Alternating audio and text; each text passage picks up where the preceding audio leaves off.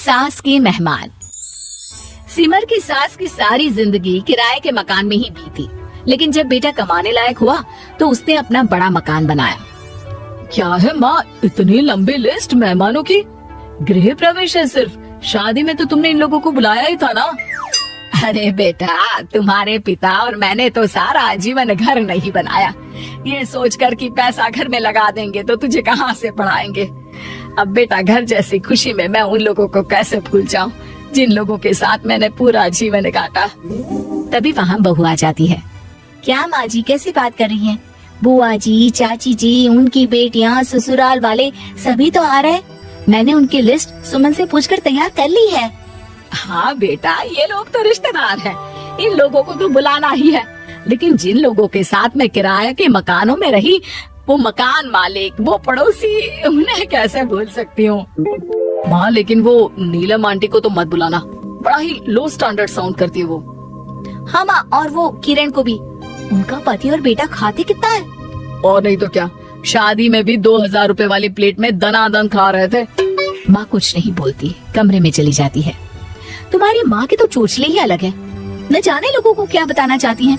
अरे आस पड़ोस को तो ऐसे पूछ रही है जैसे कि रिश्तेदार।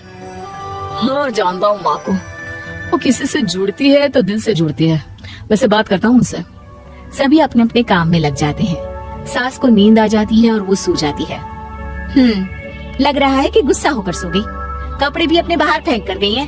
बहू है ना, नौकरानी जैसी, कर लेगी काम। बड़बड़ करती बहू सास के कमरे में जाती है और कपड़ों को उनकी अलमारी में रखती है कि तभी उसके हाथ में एक एल्बम और कुछ खत लगते हैं। अरे ये क्या है? बहू एल्बम देखती है जहाँ नीलम आंटी और सास के साथ छोटा सा उसका सुमन खड़ा होता है। इनके बचपन की फोटो। वो सारी फोटो देखकर जब खत को खोलती है तो वो किरण का होता है। बहू खत पढ़ने लगती है।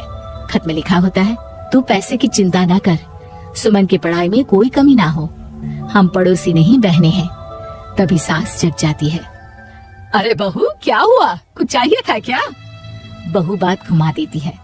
माँ जी, वो इनकी फोटो देख रही थी नीलम आंटी के साथ। कितनी सुंदर लग रही है ना आंटी। हाँ, दिखा तो जरा फोटो।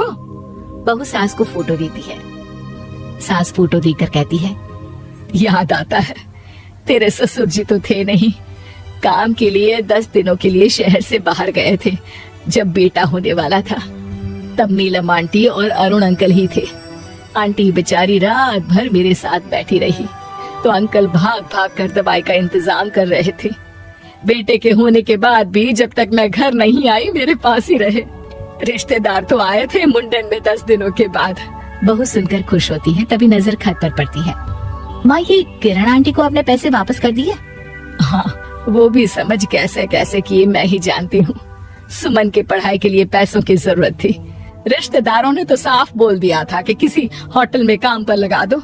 कई लोग बर्तन धोने के साथ पढ़ाई करते हैं, लेकिन किरण आंटी, उन्होंने अपने बुढ़ापे के लिए बचाए हुए पैसों को सुमन की पढ़ाई के लिए दे दिए।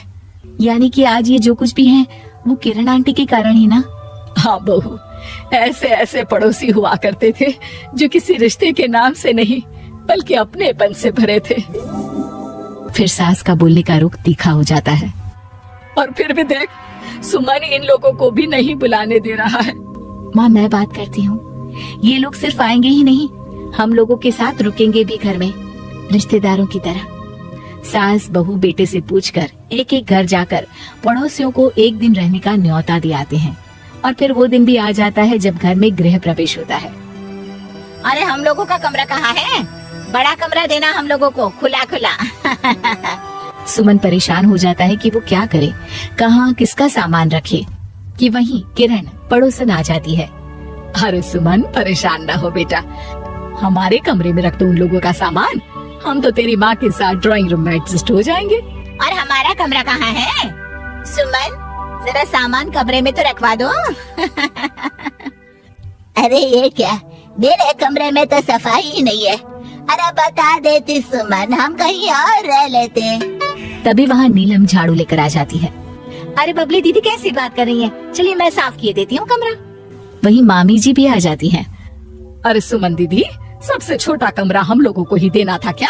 मायके की कोई परवाही नहीं है? वो मामी जी, किरण आंटी और नीलम आंटी की फैमिली एक ही कमरे में है ना, तो इसलिए आप और मामा दो ही तो लोग हैं। तो मामी तो बहू के मुंह से ये बात सुनकर गुस्से से लाल पीली हो जाती है। अरे वाह जी वाह, बहू की जुबान तो देखो कितना बोल रही है। इतना बोलने वाली बहुएं भी होती है क्या? और रहने दो, जब मेरी बहन ने ही मेरे बारे में नहीं सोचा तो किसी और से क्या उम्मीद करे। दोनों सामान पैक करके घर से निकल ही रहे होते हैं कि नीलम आ जाती है। अरे राकेश भैया, मैं भी सुमन की तरह ही तो हूँ। आप तो हम लोगों को इतने साल से जानते हैं। हाँ, तुम लोग तो मेरी बहन से चिपकी रही गोंद की तरह। खैर कोई बात नहीं, रहो बड़े कमरे में। तभी अरुण वहाँ आ जाता है जो नीलम का पति है। अरे भाई साहब, थोड़ा तो वक्त दीजिए, हम सारे छोटे कमरे में शिफ्ट हो रहे हैं। सारे पड़ोसी छोटे कमरे में चले जाते हैं और मामा मामी बड़े कमरे में। बहू चाची के कमरे से बाहर निकल रही होती है कि देखो कैसे बड़ा मकान बनाकर इतरा रही है। अरे जब हम लोगों ने कहा था कि घर बनवा लो, तब तो लड़के को पढ़ाने की पड़ी थी। इतना पैसा रखी थी, महंगे कॉलेज में पढ़ाया, तब बात मानी होती तो सस्ते में मकान बन जाता। बहू आगे जाती है जहाँ दोनों पड़ोसन भी आपस में बात कर रही थी। मानना पड़ेगा सुमन को, बहुत ही समझदारी के साथ चली। बच्चों की जिम्मेदारी को सबसे ऊपर रखा, रिश्तेदारों के साथ भी पूरा निभाया। नहीं तो आजकल के रिश्तेदार। अरे सुमन के लिए तो हम हमेशा ही खड़े हैं। बहू तभी मामी के पास जाती है जहाँ वो मामा से कह रही होती है, बस अब आ गए इसके घर। अब तो ये रो रो कर भी बुलाएगी तो मैं ना आऊं। कैसे कमरे में रखा हम लोगों को। सुमन भी ना किसी काम की नहीं है। बहू सभी को देख समझ रही थी।